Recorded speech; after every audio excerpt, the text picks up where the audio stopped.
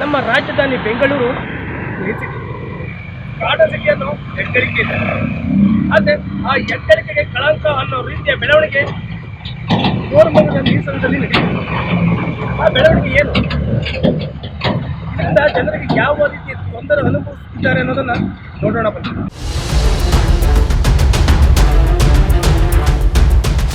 ಇದು ಬೆಂಗಳೂರಿನ ಕೋರಮಂಗಲದ ನೀಲಸಂದ್ರದ ಮುಖ್ಯ ರಸ್ತೆ. ಆದ್ರೆ ಈ ಮುಖ್ಯ ರಸ್ತೆಯಲ್ಲಿ ಓಡಾಡಬೇಕಾದ್ರೆ ಮೂಗು ಮುಚ್ಚಿಕೊಂಡೇ ಹೋಗಬೇಕಾದ ಪರಿಸ್ಥಿತಿ ಎದುರಾಗಿದೆ ನೋಡಿ.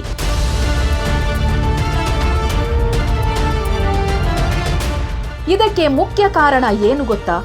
ಎಲ್ಲೆಂದರಲ್ಲಿ ರಾಶಿ ರಾಶಿ ಬಿದ್ದಿರೋ ಕಸ, ವಾರಗಟ್ಟಲೆ ವಿಲೇವಾರಿ ಮಾಡದೆ ನಾರುತ್ತಿರೋ ತ್ಯಾಜ್ಯ.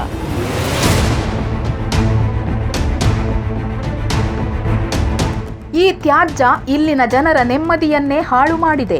ಕೆಟ್ಟ ವಾಸನೆಯಿಂದ ಕೊರೋನಾದ ಜೊತೆಗೆ ಇನ್ನಿತರ ಕಾಯಿಲೆಗಳು ಇಲ್ಲಿನ ಜನರನ್ನು ಕಾಡಲಾರಂಭಿಸಿದೆ. ತುಂಬಾ ತೊಂದರೆ, ನಮ್ಮೊಬ್ಬರಿಗೆ ಅಂತಲ್ಲ, ಇಲ್ಲಿ ಎಲ್ಲ ಸುತ್ತಮುತ್ತ ಇರೋ ಜನಕ್ಕೆಲ್ಲನೂ ತೊಂದರೆನೇ. ಕಸ ಹಾಕಿರೋದನ್ನ ಹಂಗೆ ಇರ್ತದೆ, ತುಂಬ ವರ್ಷಗಳಿಂದ ನೋಡ್ತಾ ಇದ್ದೀವಿ. ಇಲ್ಲಿ ಹಾಗೇ ಇರುತ್ತೆ. ಎದುರುಗಡೆ ಊಟ ಮಾಡೋಕೆ ಹೋಗ್ತಾರೆ ಅಂತ ಕ್ಯಾಂಟೀನಲ್ಲಿ, ಆದರೂ ಅಲ್ಲಿ ಕುತ್ಕೊಂಡು ಊಟ ಮಾಡೋಕ್ಕಾಗಲ್ಲ. ಈ ವಾಸನೆ ತಡೆಯೋಕ್ಕಾಗಲ್ಲ, ಊಟ ಮಾಡೋಕ್ಕಲ್ಲ. ತಗೊಂಡು ಪಕ್ಕದಲ್ಲೇ NGV ದೊಡ್ಡ ಅಪಾರ್ಟ್ಮೆಂಟ್ಗಳೆಲ್ಲ ಇದ್ದಾವೆ, ಏನಕ್ಕೂ ಯೂಸ್ ಇಲ್ಲ. ಅಲ್ಲಿರೋ ಅಧಿಕಾರಿಗಳಿದ್ದಾರೆ, ಪೊಲೀಸ್ ಇಲಾಖೆ ಇದೆ, ನ್ಯಾಯಾಂಗ ಇದೆ, ಎಷ್ಟೆಷ್ಟೋ ಇದ್ದಾವೆ, ಒಂದೊಂದಲ್ಲ ಸುಮಾರು ಇಲಾಖೆಯಲ್ಲಿ ಅಲ್ಲಿ ಮನೆಗಳಿದ್ದಾವೆ, ಅಪಾರ್ಟ್ಮೆಂಟ್ಗಳಿದ್ದಾವೆ. ಈ ಮಹಾನಗರ ಪಾಲಿಕೆ ಯಾರು ಉದ್ಧಾರ ಮಾಡೋಕ್ಕೂ ಆಗಲ್ಲ. ಆ ಥರ ಪರಿಸ್ಥಿತಿ ತಂದಿಟ್ಟಿದ್ದಾರೆ ಇಲ್ಲಿ. ಕೆಟ್ಟು ನಿಂತಿದೆ ಕಸ ವಿಲೇವಾರಿ ವಾಹನ. ನೀಲಸಂದ್ರ ಮುಖ್ಯ ರಸ್ತೆಯ ಕಸದ ಸಮಸ್ಯೆಗೆ ಮುಖ್ಯ ಕಾರಣ ಕೆಟ್ಟು ನಿಂತಿರೋ ಈ BBMP ಕಸ ವಿಲೇವಾರಿ ವಾಹನ.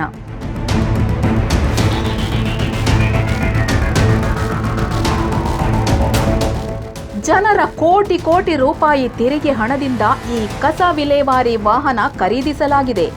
ಇದು ಕೆಟ್ಟು ನಿಂತು 3 ತಿಂಗಳಾದರೂ ಅದನ್ನು ರಿಪೇರಿ ಮಾಡೋ ಗೋಜಿಗೆ ಹೋಗ್ತಿಲ್ಲ BBMP ಅಧಿಕಾರಿಗಳು. ಇದರಿಂದ ನೀಲಸಂದ್ರ ಕಸದ ಕೊಂಪೆಯಾಗಿದೆ.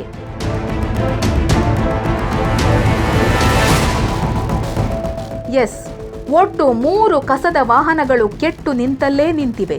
ಇದರಿಂದ ಇಡೀ ನೀಲಸಂದ್ರದ ಕಸ ವಿಲೇವಾರಿ ಸರಿಯಾಗಿ ನಡೆಯುತ್ತಿಲ್ಲ. ಕಸ ವಿಲೇವಾರಿಯಾಗದ ಕಾರಣ ಜನರೂ ಸಹ ಈ ವಾಹನದ ಬಳಿಯೇ ತಂದು ಕಸವನ್ನು ಸುರಿಯುತ್ತಿದ್ದಾರೆ. ಇದು ಇನ್ನಷ್ಟು ಸಮಸ್ಯೆಗೆ ಕಾರಣವಾಗುತ್ತಿದೆ.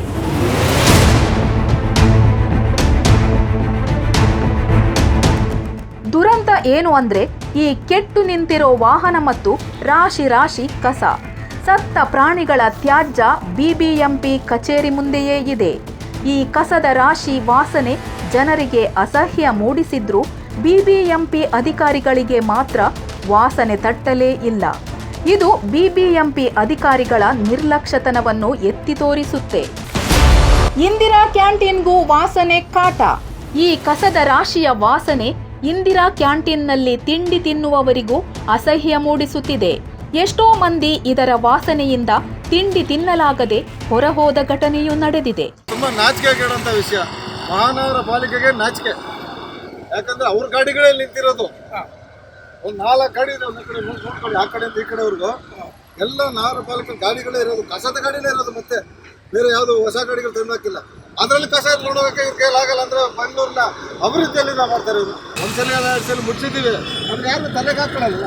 ಇಡೀ ಸಿಟಿನ ಈ ಥರ ಇದೆ, ಒಂದೇ ಏರಿಯಾ ಅಂತಲ್ಲ, ಬೆಂಗಳೂರು ಸುತ್ತಮುತ್ತ ಹೀಗೆ ಇದೆ. ಮಹಾನಗರ ಪಾಲಿಕೆ ಯಾವುದು ಸುತ್ತಮುತ್ತ ಮಾಡ್ತಾ ಇಲ್ಲ. ಇರೋ ರೋಡ್ನ ಅಗದಿಕ್ಕಿದ್ದಾರೆ, ಆ ರೋಡಲ್ಲಿ ಓಡಾಡೋಕ್ಕೂ ಆಗಲ್ಲ.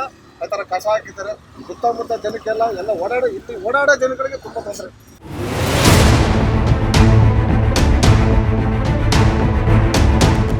ಇನ್ನು ಇಲ್ಲಿ ಒಣ ಕಸ, ಹಸಿ ಕಸ ಹಾಗೂ ಅಪಾಯಕಾರಿ ತ್ಯಾಜ್ಯವನ್ನು ಬೇರ್ಪಡಿಸದೆ ಹಾಗೇ ತಂದು ಸುರಿಯಲಾಗುತ್ತಿದೆ. ಅಲ್ಲದೆ ಆಸ್ಪತ್ರೆಯ ತ್ಯಾಜ್ಯವನ್ನೂ ತಂದು ಸುರಿಯುತ್ತಿದ್ದಾರೆ. ಇದರಿಂದ ನಾನಾ ಸಾಂಕ್ರಾಮಿಕ ರೋಗಗಳು ಹುಟ್ಟುವ ಭೀತಿಯೂ ಇದೆ.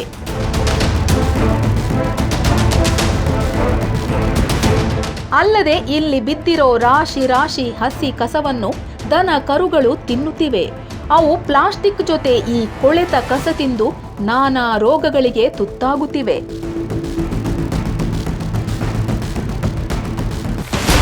ಸಿಟಿಜನ್ ಜರ್ನಲಿಸ್ಟ್ ವರದಿ ಇಂಪ್ಯಾಕ್ಟ್. ನೀಲಸಂದ್ರ ಮುಖ್ಯ ರಸ್ತೆಯಲ್ಲಿ ಬಿದ್ದಿರುವ ರಾಶಿ ಕಸದ ಬಗ್ಗೆ ಸಿಟಿಜನ್ ಜರ್ನಲಿಸ್ಟ್ ಶೂಟಿಂಗ್ ಮಾಡಿ ಅಧಿಕಾರಿಗಳ ಗಮನಕ್ಕೆ ಕೊಡುತ್ತಿದೆ.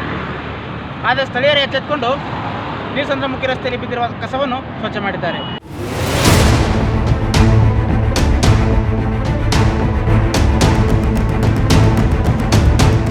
ಸ್ಥಳೀಯರ ಸ್ವಪ್ರಯತ್ನದಿಂದ ಈಗ ನೀಲಸಂದ್ರ ಮುಖ್ಯ ರಸ್ತೆ ಸ್ವಚ್ಛವಾಗಿದೆ. ಇದು ಸಿಟಿಜನ್ ಜರ್ನಲಿಸ್ಟ್ ವರದಿಗೆ ಸಿಕ್ಕ ಜಯ. ಇಲ್ಲಿನ ಸ್ಥಳೀಯರು ಎಚ್ಚೆತ್ತುಕೊಂಡ್ರೂ ಬಿಬಿಎಂಪಿ ಅಧಿಕಾರಿಗಳು ಮಾತ್ರ ಇನ್ನೂ ನಿದ್ದೆಯಿಂದ ಎದ್ದಿಲ್ಲ. ಕೆಟ್ಟು ನಿಂತಿರೋ ವಾಹನವನ್ನು ಸರಿಪಡಿಸೋ ಗೋಜಿಗೆ ಹೋಗಿಲ್ಲ.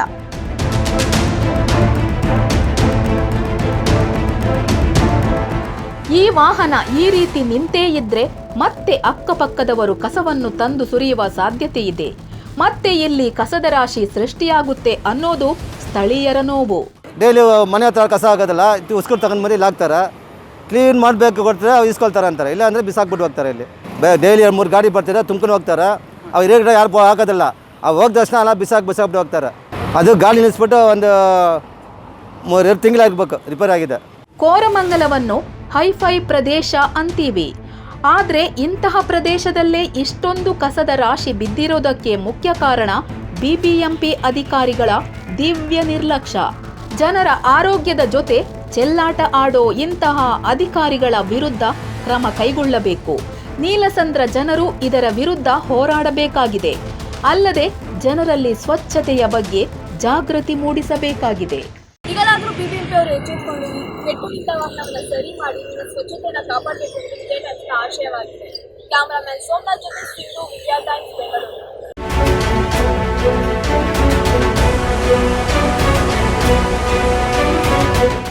ನಮ್ಮ ರಾಜಧಾನಿ ಬೆಂಗಳೂರನ್ನು ನಾವು ಸಿಲಿಕಾನ್ ಸಿಟಿ ಎನ್ನುತ್ತೇವೆ. ಆದರೆ ಇಲ್ಲಿನ ಕೋರಮಂಗಲದ ಪ್ರಮುಖ ರಸ್ತೆಯಾದ 80 ಫೀಟ್ ರೋಡ್ನ ರಸ್ತೆ ಬದಿಯ ವಿಳಂಬ ಕಾಮಗಾರಿಯಿಂದ ಯಾವ ರೀತಿಯ ತೊಂದರೆಯಾಗುತ್ತಿದೆ, ಇಲ್ಲಿನ ಸಾರ್ವಜನಿಕರಿಗೆ ಯಾವ ರೀತಿಯ ಸಮಸ್ಯೆಯಾಗುತ್ತಿದೆ ನೋಡೋಣ ಬನ್ನಿ.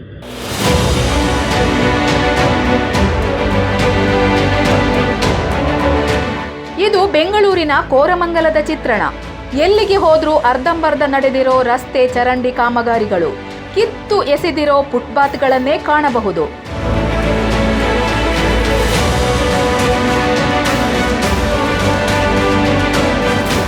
ಪಾಶ್ ಪ್ರದೇಶ ಅನ್ನಿಸಿಕೊಂಡಿರುವ ಕೋರಮಂಗಲ ಈಗ ಕುರೂಪಗೊಂಡಿದೆ. ಕೋರಮಂಗಲಕ್ಕೆ ಬರಲು ಜನ ಹೆದರುವಂತಾಗಿದೆ. ಕಾರಣ ಅಲ್ಲಲ್ಲಿ ಅಗೆದಿರೋ ರಸ್ತೆಗಳು, ಗುಂಡಿಗಳು, ಚರಂಡಿಗಳು.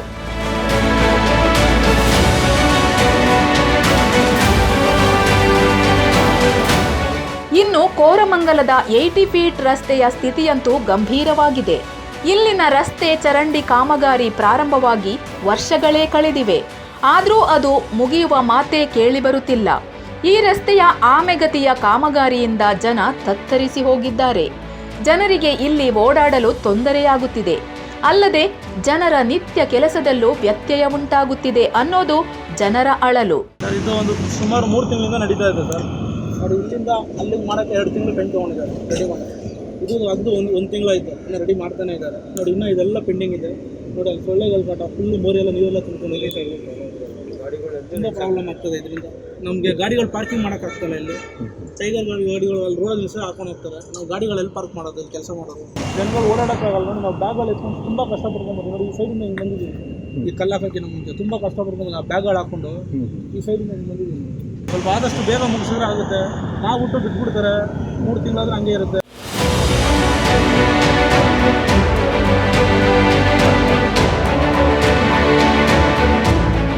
ರಸ್ತೆ ಕಾಮಗಾರಿಯ ವಿಳಂಬದಿಂದ ರಸ್ತೆ ತುಂಬಾ ಹೊಂಡ, ಗುಂಡಿಗಳೇ ತುಂಬಿವೆ. ಇದರಿಂದ ಇಲ್ಲಿ ನಿತ್ಯ ರಸ್ತೆ ಅಪಘಾತಗಳು ಸಂಭವಿಸುತ್ತವೆ. ಇನ್ನು ಮಳೆ ಬಂದ್ರೆ ಇಲ್ಲಿನ ಜನರಿಗೆ ನರಕಯಾತನೆ. ಜೀವ ಕೈಯಲ್ಲಿ ಹಿಡಿದು ಓಡಾಡಬೇಕಾದ ದುಸ್ಥಿತಿ. ಗಾಯದ ಮೇಲೆ ಟೋಯಿಂಗ್ ಬರೆ.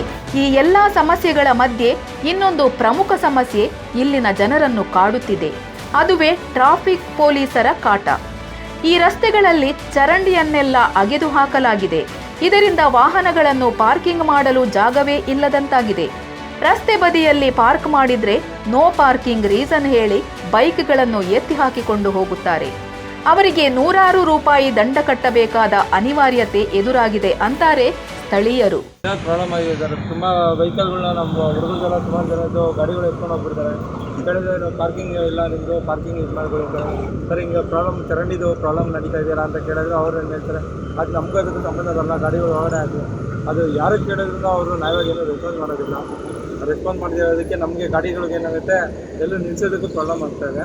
ಅದಾದಮೇಲೆ ಅವ್ರು ಬಂದುಬಿಟ್ಟು ಏನು ಹೇಳ್ತಾರೆ, ಚರಂಡಿಯವರು ನಾವು ಮಾಡ್ತಾನೆ ಇದ್ದೀವಿ, ಅವರು ಯಾವಾಗ ನಮಗೆ ಕೆಲಸಕ್ಕೆ ಕರ್ಕೊಂಡ್ಬರ್ತಾರೋ ಅವಾಗ ಅವ್ರು ಮಾಡಿಬಿಟ್ಟು ಇದು ಮಾಡ್ತೀವಿ ಅಂತ ಹೇಳ್ತಾರೆ. ಆದರೆ ಮೊನ್ನೆ ನಮ್ಮ ಫ್ರೆಂಡ್ ಹಂಗೇನೆ ಬಿದ್ದೋಗಿದ್ದಾರೆ. ಅವರು ಬೈ ಚಾನ್ಸ್ ಸ್ಲಿಪ್ಪಾಗಿ ಗಾಡಿಗಳು ನಮ್ಮ ನಿಲ್ಸಕ್ಕೆ ಓಡಾಡೋಕ್ಕೂ ಜಾಗ ಇದ್ದ ಮೇಲೆ ಬಿದ್ದಿದ್ದಾರೆ. ವರ್ಷಗಟ್ಟಲೆ ನಡೆಯುತ್ತಿರುವ ಕಾಮಗಾರಿಗಳಿಂದ ಇಲ್ಲಿನ ವ್ಯಾಪಾರಿಗಳಿಗೆ ವ್ಯಾಪಾರವೇ ಇಲ್ಲದಂತಾಗಿದೆ. ರಸ್ತೆಯನ್ನು ಅಗೆದು ಹಾಕಿದ್ರಿಂದ ಗ್ರಾಹಕರು ಅಂಗಡಿಗೆ ಬರೋದೇ ಇಲ್ಲ. ಇಲ್ಲಿ ಕೆಲವು ರಸ್ತೆಗಳನ್ನು ಮುಚ್ಚಲಾಗಿದೆ. ಅದರಲ್ಲೂ ಬೀದಿ ವ್ಯಾಪಾರಿಗಳಿಗೆ ನೆಲೆಯೇ ಇಲ್ಲದಂತಾಗಿದೆ. ಒಂದೆಡೆ ಕೊರೋನಾ ಏಟು, ಮತ್ತೊಂದೆಡೆ ಕಾಮಗಾರಿಯ ಕಾಟ.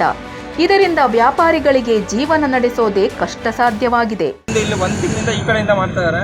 ಆದರೆ ಅವ್ರಿಗೆ ಏನು ಹೇಳಿದ್ರೆ ಕೇಳಿದ್ರೆ ಮಾಡ್ತೀವಿ ಅಂತಾರೆ.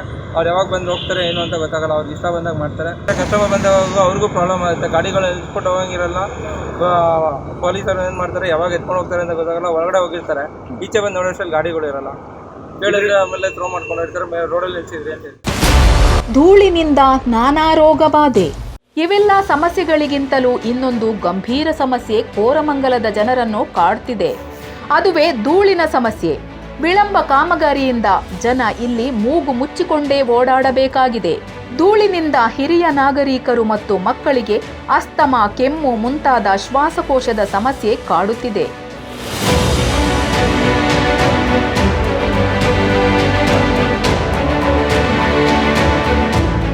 ಇನ್ನು ಧೂಳಿನಿಂದ ಅಂಗಡಿ ಮುಂಗಟ್ಟೆಲ್ಲ ಧೂಳುಮಯವಾಗಿದೆ. ಅದರಲ್ಲೂ ಹೋಟೆಲ್, ಬೇಕರಿ, ತಿಂಡಿ ತಿನಿಸು ಮಾರೋ ವ್ಯಾಪಾರಸ್ಥರು ಧೂಳಿನ ಕಾಟದಿಂದ ವ್ಯಾಪಾರವೇ ನಿಲ್ಲಿಸುವ ಸ್ಥಿತಿಗೆ ಬಂದಿದ್ದಾರೆ.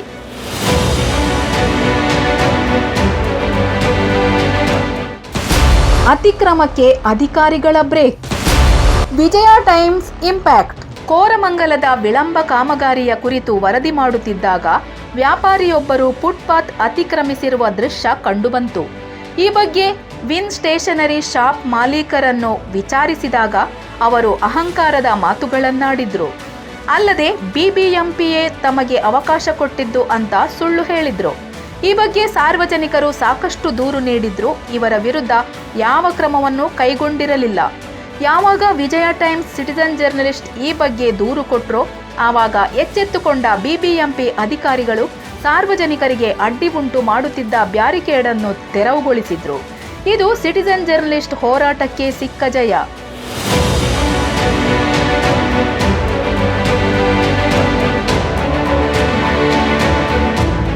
ಫುಟ್ಪಾತ್ ಅತಿಕ್ರಮ ಸಮಸ್ಯೆಗೆ ಪರಿಹಾರವೇನೋ ಸಿಕ್ತು. ಆದರೆ ವರ್ಷಗಳಿಂದ ಜನರನ್ನು ಬೆಂಬಿಡದೆ ಕಾಡುತ್ತಿರುವ ಈ ವಿಳಂಬ ಕಾಮಗಾರಿಗೆ ಪರಿಹಾರ ಸಿಗುವ ಲಕ್ಷಣಗಳೇ ಕಾಣುತ್ತಿಲ್ಲ. ಇದಕ್ಕೆ ಮುಖ್ಯ ಕಾರಣ ಅಧಿಕಾರಿಗಳ ನಿರ್ಲಕ್ಷ್ಯ ಮತ್ತು ಗುತ್ತಿಗೆದಾರರ ಬಿಲ್ ಗೋಲ್ಮಾಲ್.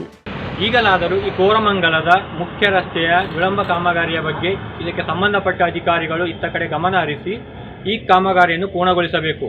ಕ್ಯಾಮರಾಮ್ಯಾನ್ ಬಸವರಾಜ್ ಜೊತೆ ಸೋಮನಾಥ್, ವಿಜಯ್ ಟೈಮ್ಸ್, ಬೆಂಗಳೂರು.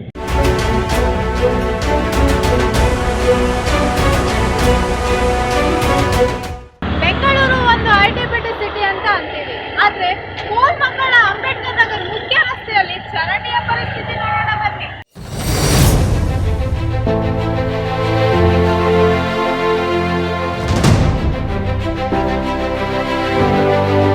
ಇದು ಬೆಂಗಳೂರಿನ ಕೋರಮಂಗಲದ ಅಂಬೇಡ್ಕರ್ ನಗರದ ಒಳಚರಂಡಿಯ ದೃಶ್ಯ.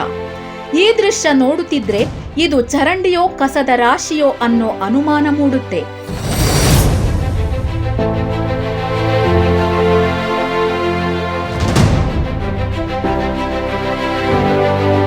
ಇಲ್ಲಿ ಚರಂಡಿ ತುಂಬಾ ಬರೀ ಪ್ಲಾಸ್ಟಿಕ್ ತ್ಯಾಜ್ಯವೇ ತುಂಬಿಕೊಂಡಿದೆ. ಬರೀ ಚರಂಡಿ ಮಾತ್ರವಲ್ಲ, ರಾಜಕಾಲುವೆಯ ಪರಿಸ್ಥಿತಿಯೂ ಇದೇ ರೀತಿ ಇದೆ. ರಾಜಕಾಲುವೆ ತುಂಬಾ ಕಸಕಡ್ಡಿಯೇ ತುಂಬಿ ಹೋಗಿದೆ.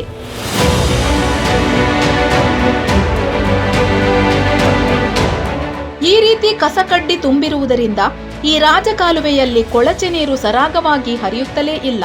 ಚರಂಡಿ ನೀರು ನಿಂತಲ್ಲೇ ನಿಂತು ಜನರಿಗೆ ಇನ್ನಿಲ್ಲದ ಸಮಸ್ಯೆಯುಂಟು ಮಾಡುತ್ತಿದೆ. ಸೊಳ್ಳೆ ಕಾಟ, ನೊಣದ ಕಾಟದಿಂದ ಇಲ್ಲಿನ ಜನರು ನಿತ್ಯ ನರಕಯಾತನೆ ಅನುಭವಿಸಬೇಕಾಗಿದೆ. ಯಾರೋ ಬೇರೆ ಬರ್ತಾರೆ ನೋಡ್ತಾರೆ, ಟೆಂಡ್ರು ನಮಗೆ ಟೆಂಡ್ರ್ ಪಾಸ್ ಆಗಲಿ ನಾವು ಮಾಡ್ತೀವಿ ಇದು ಮಾಡ್ತೀವಿ ಅಂತ ಬರೇ ಎಲ್ಲ ಸುಳ್ಳು ಹೇಳ್ಬಿಟ್ಟು ಹೋಯ್ತಾರೆ. ಒಬ್ಬೊಬ್ಬರು ಇವಾಗಿಂದ ನಾನು ಹುಟ್ಟು ಬೆಳೆದಿದ್ದೆ ಇಲ್ಲೇ, ಇದೇ ಜಾಗದಲ್ಲೇ ಹುಟ್ಟು ಬೆಳೆದಿದ್ದು. ಆವಾಗಿಂದನೂ ಜಮಾನ್ದಿಂದನೂ ನಾವು ಅದೇ ನೋಡ್ತಾ ಇದ್ದೀವಿ. ಸುಮ್ಮನೆ ನೋಡಿ ವರ್ಷ ಆದರೆ ಈ ಥರ ಹೆಸರಿಗೆ ಮಿಸ್ ಮಾಡಿ ಬಿಟ್ಬಿಡ್ತಾರೆ. ಬೇರೆ ಏನು ಮಾಡೋಕ್ಕಾಗುತ್ತೆ ಅವ್ರ ಕೈಯಲ್ಲಿ? ಒಳಗಂತೂ ಅದು 3-4 ವರ್ಷಕ್ಕೆ ಏನಾದರೂ ಒಂದ್ಸಲ ಬಂದು ಈ ಕಡೆ ಎತ್ಕೊಂಡ್ಬಂದು ಬಿಸಾಕ್ಬಿಡ್ತಾರೆ ಅಷ್ಟೇ. ಬೇರೆ ಯಾವುದೂ ಮಾಡಲ್ಲ. ಒಳಗೆ ಮಿಕ್ಸಿ ಮಾಡಿಸೋದು ಅದು ಇದು ಅಂತ ಯಾವ ಕಂಡೀಷನ್ ಇಲ್ಲ ಮೇಡಮ್. ಮಳೆ ಬಂದ್ರೆ ನರಕ ದರ್ಶನ. ರಾಜಕಾಲುವೆಯಲ್ಲಿ ಈ ರೀತಿ ತ್ಯಾಜ್ಯ ತುಂಬಿರುವುದರಿಂದ ಮಳೆಗಾಲದಲ್ಲಿ ಮಳೆ ನೀರು ಸರಾಗವಾಗಿ ಹರಿದು ಹೋಗುತ್ತಿಲ್ಲ. ಇದರಿಂದ ಚರಂಡಿ ನೀರೆಲ್ಲ ಮನೆಯೊಳಗೆ ನುಗ್ಗಿ ಬದುಕು ಬರ್ಬಾದ್ ಮಾಡುತ್ತಿದೆ.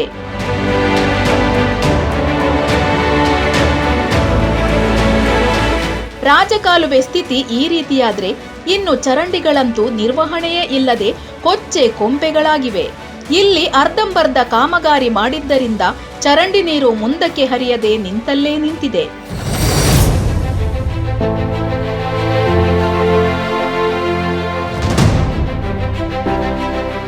ಇದರಿಂದ ಇಲ್ಲಿನ ಜನರಿಗೆ ನಾನಾ ರೀತಿಯ ರೋಗ ರುಜಿನಗಳು ಕಾಡ್ತಾ ಇವೆ. ಅದರಲ್ಲೂ ಮುಖ್ಯವಾಗಿ ವ್ಯಾಪಾರಸ್ಥರಿಗೆ ಸೊಳ್ಳೆ ಕಾಟದಿಂದ ವ್ಯಾಪಾರವನ್ನೇ ಸ್ಥಗಿತಗೊಳಿಸಬೇಕಾದ ಪರಿಸ್ಥಿತಿ ಉಂಟಾಗಿದೆ. ಇಲ್ಲಿ ತುಂಬಾ ನಮಗೆ ತೊಂದರೆ ಆಗ್ತಾ ಇದೆ ಮೇಡಮ್. ಇದು ಕಸ ತುಂಬಾ ಹಾಕ್ತಾರೆ ಮೋರಿ ಪಕ್ಕ, ಆಮೇಲೆ ನಮಗೆ ಕೂತ್ಕೊಳ್ಳೋಕೆ ಆಗ್ತಾ ಇಲ್ಲ. ಇಲ್ಲಿ ಒಂದು 5 ಜನ ಆಗ್ತೀವಿ ಅಂಗಡಿ, ಆಮೇಲೆ 5 ಜನಗೂ ತುಂಬ ಪ್ರಾಬ್ಲಮ್ ಇದೆ. ಅವಾಗ ಫೀವರ್ ಬರುತ್ತೆ, ಟೈಫಾಯ್ಡ್ ಬರುತ್ತೆ. ಚಿಕ್ಕ ಮಕ್ಕಳನ್ನ ಇಟ್ಕೊಂಡಿದ್ದೀವಿ ನಾವು. ಇಲ್ಲಿ ನಮಗೆ ಅಷ್ಟು ಏನೋ ತಿನ್ನೋಕ್ಕೆ ಏನು ನಮ್ಮ ಹತ್ರ ಇಲ್ಲ, ಗಂಡನೂ ಇಲ್ಲ ನಮಗೆ. ನಾವು ಇಲ್ಲಿ ವ್ಯಾಪಾರ ಮಾಡಿದ್ರೇನೆ ನಮಗೆ ಕೂಲಿ ಇವತ್ತು, ಇಲ್ಲಾಂದ್ರೆ ಏನು ಇಲ್ಲ. ಅಷ್ಟು ಬಡವರು ನಾವು ಚಿಕ್ಕ ಮಕ್ಕಳನ್ನ ಇಟ್ಕೊಂಡಿದ್ದೀವಿ. ನಾವು ಹೆಂಗೆ ಇಟ್ಕೊಂಡಿರೋದು, ಹೆಂಗೆ ಕೂತ್ಕೊಳ್ಳೋದು ನಮ್ಗೆ ಗೊತ್ತಿಲ್ಲ. ದೇವರಿಗೂ ಕಾಡ್ತಿದೆ ಗಬ್ಬುನಾಥ. ಇದು ಅಂಬೇಡ್ಕರ್ ನಗರದ ಪ್ರಸಿದ್ಧ ಪ್ರಸನ್ನ ಆಂಜನೇಯ ದೇವಾಲಯ. ಆದರೆ ಈ ದೇವಾಲಯಕ್ಕೆ ಈಗ ಭಕ್ತರು ಬರಲು ಭಯಪಡುತ್ತಿದ್ದಾರೆ. ಕಾರಣ ಇಲ್ಲಿ ರಾಶಿ ಬಿದ್ದಿರುವ ಕಸ ಮತ್ತು ಅದರಿಂದ ಹೊರಬರುತ್ತಿರುವ ಅಸಹ್ಯ ವಾಸನೆ.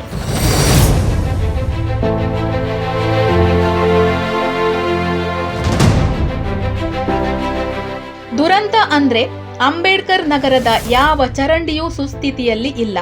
ಆದ್ರೆ ಇಲ್ಲಿನ ಚರಂಡಿಯ ದುರಸ್ತಿ ಮತ್ತು ಕಾಮಗಾರಿಗೆ ಈಗಾಗಲೇ 38.61 ಕೋಟಿ ವ್ಯಯವಾಗಿದೆ. ಆದ್ರೆ ಈ ಹಣ ಯಾವ ಅಧಿಕಾರಿಯ ಜೇಬು ಸೇರಿದೆ ಅನ್ನೋ ಪ್ರಶ್ನೆ ನಾಗರಿಕರನ್ನು ಕಾಡ್ತಾ ಇದೆ.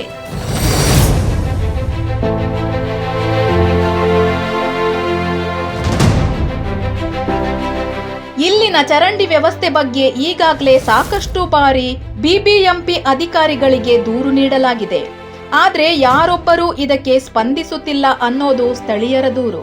ಅವರ ಮೇಲಿಂದ ಕೆಳಗಡೆವರೆಗೆ ಒಂದು ಕಡೆಯಿಂದ ಜಮಾ ಮಾಡಿ ಇಟ್ಟೋಗ್ಬಿಟ್ಟು ಎತ್ತಿ ಆಚೆ ಹಾಕ್ತಾರೆ. ಆ ನೀರೆಲ್ಲ ಫಿಲ್ಟರ್ ಆಗ್ಬಿಟ್ಮೇಲೆ 2 ವಾರಕ್ಕೆ 1 ವಾರಕ್ಕೆ ತುಂಬ್ಕೊಂಡು ಹೋಗ್ತಾರೆ. ಅವರು ಕೇಳೋರಿಲ್ಲ, ಮಾಡೋರಿಲ್ಲ. ಅವ್ರನ್ನ ಎತ್ತಿ 15 ದಿನ 20 ದಿನ ಆಗಿಲ್ಲ, ಮತ್ತೆ ತುಂಬ ಹೋಗ್ಬಿಟ್ಟಿದೆ. ಆ ನೀರು ತುಂಬಿದ್ರೆ ಅದರಲ್ಲಿರೋ ಮೋಟ್ರನ್ನ ಕಿತ್ಕೊಂಡು ಹೋಗ್ಬಿಟ್ರು. ಅದರಲ್ಲಿ ಮೋಟ್ರ್ ಹಾಕಿದ್ರು, ನೀರು ಪಾಸ್ ಮಾಡೋಕೆ ಆ ಮೋಟ್ರ್ ಕುಯ್ಕೊಂಡು ಹೋಗ್ಬಿಟ್ರು, ಇಟ್ಕೊಂಡು ಹೋಗ್ಬಿಟ್ರು ಮೋಟ್ರು. ಸುಮ್ಮನೆ ಹೆಸರಿಗೆ ಅದು ಪೈಪ್ ಹಾಕೊಂಡಿದ್ರು, ಯಾರೋ ಬಂದು ನೋಡಲಿ ಅಂತ. ನೀರು ಫಿಲ್ಟರ್ ಆಗಲ್ಲ, ಏನಿಲ್ಲ. ಆ ಕಡೆಯಿಂದ ನೀರು ಬರ್ತದೆ, ಈ ಕಡೆಯಿಂದ ಮಳೆ ನೀರು ಮೋರಿಂದ ಪಾಸ್ ಆಗುತ್ತೆ. ಇವಾಗ ನೀವು ಕರೆದಿದ್ರೆ ನಾನು ವೀಡಿಯೋನಾಗ ಹೇಳ್ತಾ ಇದ್ದೀನಿ, ದಯವಿಟ್ಟು ನಮ್ಮ ರಾಮನಗರ ಸಾಹೇಬರಿಗೆ ಕೈ ಮುಗಿಸ್ತಾ ಇದ್ದೀನಿ. ಈ ಮೋರು ಸ್ವಲ್ಪ ಎತ್ತಿಸ್ಬಿಟ್ರೆ ನೀರು ಧಾರಾಳವಾಗಿ ಹೋಗುತ್ತೆ. ಕೋರಮಂಗಲದಂಥ ಹೈಟೆಕ್ ಪ್ರದೇಶದ ಒಳಚರಂಡಿಯ ಈ ದುಸ್ಥಿತಿಗೆ ಮುಖ್ಯ ಕಾರಣ ಅಧಿಕಾರಿಗಳ ದಿವ್ಯ ನಿರ್ಲಕ್ಷ್ಯ ಮತ್ತು ಯೋಜನಾರಹಿತ ಒಳಚರಂಡಿ ಯೋಜನೆಗಳು. ನಮ್ಮ ರಾಜ್ಯ ಸರ್ಕಾರ ಈಗಾಗಲೇ ಚರಂಡಿಯ ನಿರ್ಮಾಣಕ್ಕೆ ಕೋಟಿ ಹಣವನ್ನು ವ್ಯಯ ಮಾಡಿದೆ. ಆದರೂ ಅದೆಲ್ಲವೂ ದುಷ್ಕರ ಪಾಲಾಗ್ತಿದೆ ಅಂತ ನಮಗೆ ಸ್ಪಷ್ಟವಾಗಿ ಇಲ್ಲಿನ ನೋಟಕ್ಕೆ ಕಾಣ್ತಿದೆ. ಹಾಗಾದ್ರೆ ಜನಸಾಮಾನ್ಯರು ಪಡ್ತಿರುವಂತಹ ಸಮಸ್ಯೆಗೆ ಅವರು ಸರ್ಕಾರಕ್ಕೆ ನೀಡುತ್ತಿರುವ ತೆರಿಗೆ ಹಣಕ್ಕೆ ಯಾವುದೇ ಬೆಲೆನೇ ಇಲ್ವಾ? ಈಗಲಾದ್ರೂ ಸಂಬಂಧಪಟ್ಟ ಅಧಿಕಾರಿಗಳು ಇಲ್ಲಿನ ಸಮಸ್ಯೆಯನ್ನ ಬಗೆಹರಿಸಬೇಕು.